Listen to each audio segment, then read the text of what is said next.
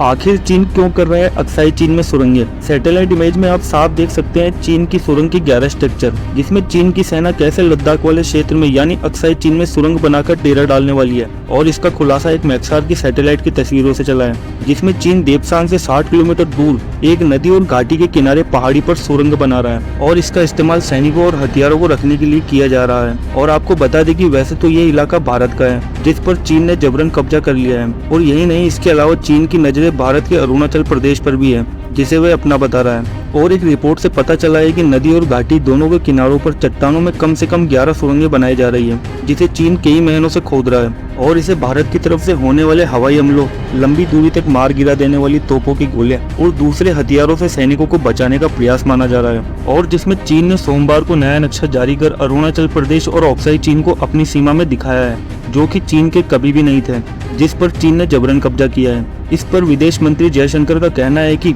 सिर्फ बेतुके दावे करने से दूसरों का क्षेत्र अपना नहीं हो जाता। और इससे पहले भी बीजिंग ने कई बार ऐसे नक्शे जारी किए हैं। और आपको बता दें कि गलवान संघर्ष के बाद भारतीय सेना ने लंबी दूरी के हथियारों और तोपों को भारत चीन सीमा पर तैनात कर दिए हैं। और चीन के अब पहाड़ों को खोदना सीधे तौर पर भारत की ज्यादा आक्रमण क्षमता से जुड़ा है। और यह मजबूत शेल्टर, बंकर, सुरंगें और चौड़े रास्तों को बनाने से ये स्पष्ट होता है कि भारतीय सेना के संभावित खतरे को कम करने के लिए बड़े पैमाने पर हो रही निर्माण गतिविधि की वजह है, जिसके माध्यम से चीन भारत के सीधे प्रहार से बचने के लिए ये सब कर रहा है। और अब भारत ने भी इस तरह के खतरे को भांपते हुए विरोध में भारतीय वायुसेना को लद्दाख में चीन के खिलाफ तैनात कर दिया है। और श्रीनगर और अवंतीपुरा में एयरफोर्स के फाइटर बेस है, वहाँ पर एयरफोर्स न्योमा में एयर लैंडिंग ग्राउंड रनवे का विस्तार करने के लिए तैयार है, जो कि पेंगोंग झील के पास 13,700 फीट की ऊंचाई पर स्थित है। और न्योमा में रनवे का विस्तार चीन के साथ वास्तविक नियंत्रण रेखा से 50 किलोमीटर से भी कम दूरी पर भारतीय वायुसेना को बड़ी संख्या में लड़ाकू विमान को तैनात करने में सक्षम बनाएगा। और शायद चीन इसी से डरा हुआ है।